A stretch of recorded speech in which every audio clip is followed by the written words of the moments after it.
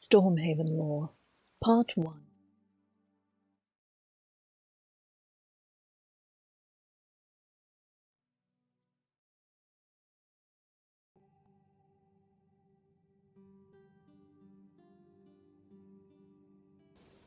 Founding of the Spirit Wardens by Janzi Murik, 3rd Warden of the Faithful Circle.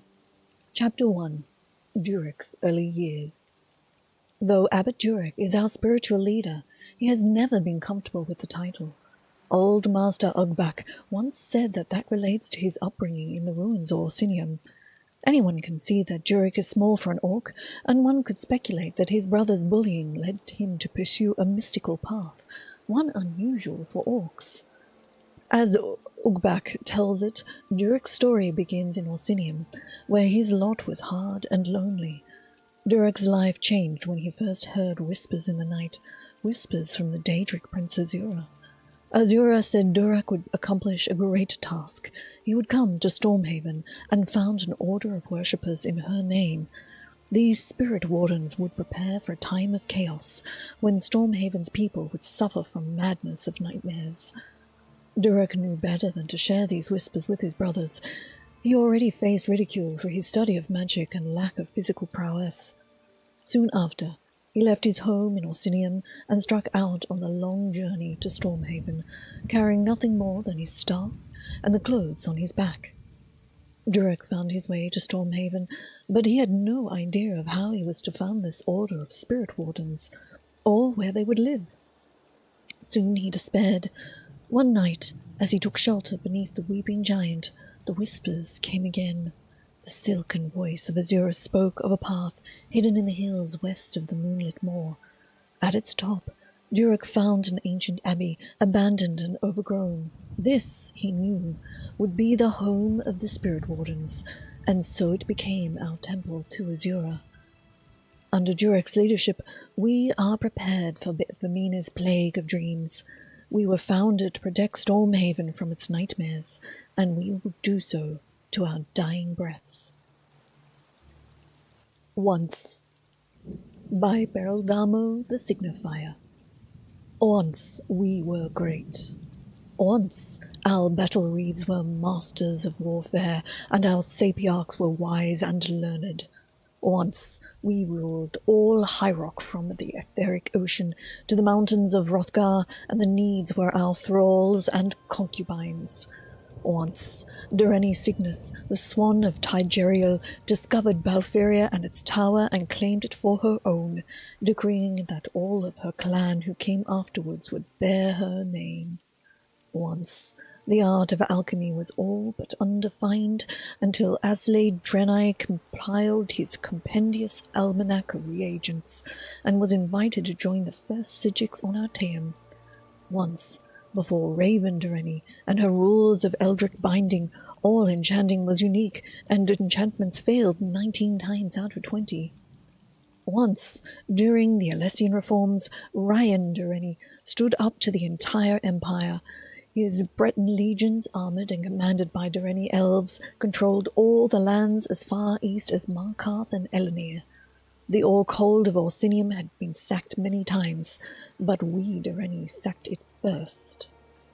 Once, at the Battle of Glenumbra Moors, Aidan Durrani's vastly outnumbered troops routed the entire Alessian horde, then chased them back to Cyrodiil.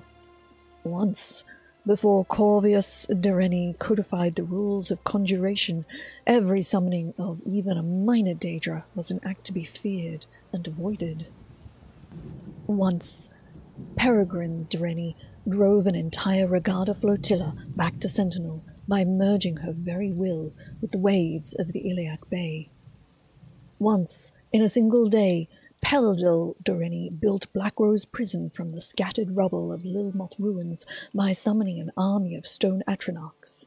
Yes, we were great once, but no matter what our individual achievements, every Durrani Cygnus has been eaten from within by failure, because we cannot solve the mystery of Zero Stone and use it to open the argent aperture which it wards.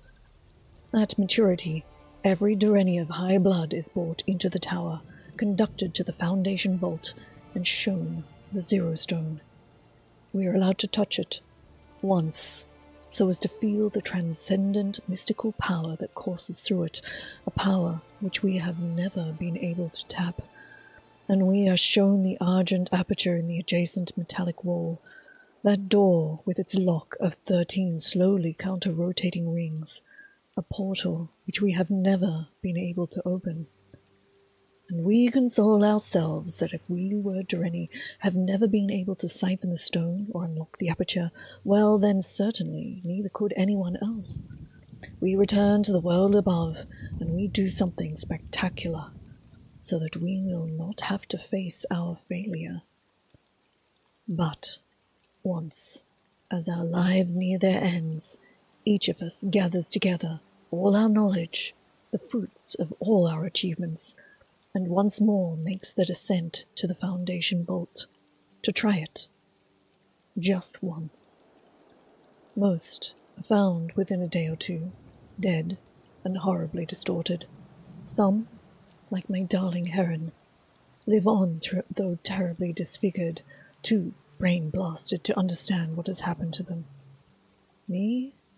I keep to our chambers in the tormentile steeple, caring for Helen, day by day, and translating Iliad tomes in the library by night. And it's a good enough life, too. Though, sometimes, when working on an ancient grimoire or Libgus Magus, I question whether the arcane writings of our long-lost cousins are not better left a mystery. But then, I think, is not all knowledge useful for something? And I think, what might this knowledge be useful for? And then, I think, I might take that long walk downstairs. Just once. Orcs, the Vermin Among Us, by Absalom Sorek. They lair in holes, they breed in huge numbers and smell of rotted meat. I speak not of skeevers, gentle reader, but of orcs. The threat on the horizon, the unrelenting horde. But Sorek, I hear you say, are they not our allies now? It is good you want to believe in the leadership of King Emmerich. It's good that you want to believe in this covenant that now binds us to the beastmen of Orsenum.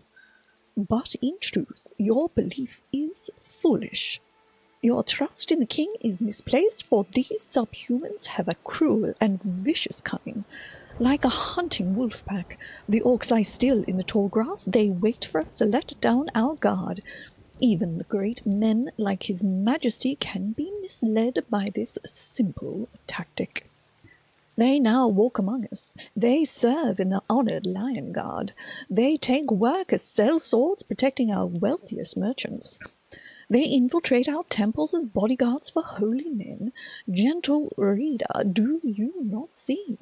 Can you not see how every luxury we give these animals only encourages them?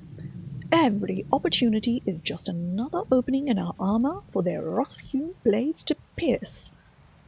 With their unnatural strength, they take up work that should be borne by Breton soldiers. The thickness of their stinking hides gives them a defense that no Redguard man can stand against. In the cities across the Covenant lands, our stories grow of orcs defiling our women and siring unnatural half-breeds. How long will you let this stand, reader? How long will you bend a knee to these filthy animals? I say no more. Join with like-minded people in your village today, and rise up against these beasts, these scum, these orcs. Our Calling, Our Pledge, by Abbot Duroc. Those new to our order often ask me, what does it mean to be a spirit warden? This confusion is understandable. Azura offers guidance, but not always in the ways we expect. She has not spoken to me but twice in my lifetime, and then only in silken whispers, barely audible in the night. The Dream Shard is Azura's gift, as is the dreamless potion we drink every night. Azura foresees a time when Vermena, mistress of nightmares, will unleash a plague upon our province, a plague of madness. Countless innocents will die unless we stop it. The Dream's Potion protects us from Vermena's madness only so that we may protect others. Those afflicted souls driven mad by their dreams and their victims. When the time of the plague comes, we must stand against it. This is our calling from Azura, and our pledge. I hope you've been enjoying these lore readings, and if you have, please do consider subscribing to the channel. Thanks for watching.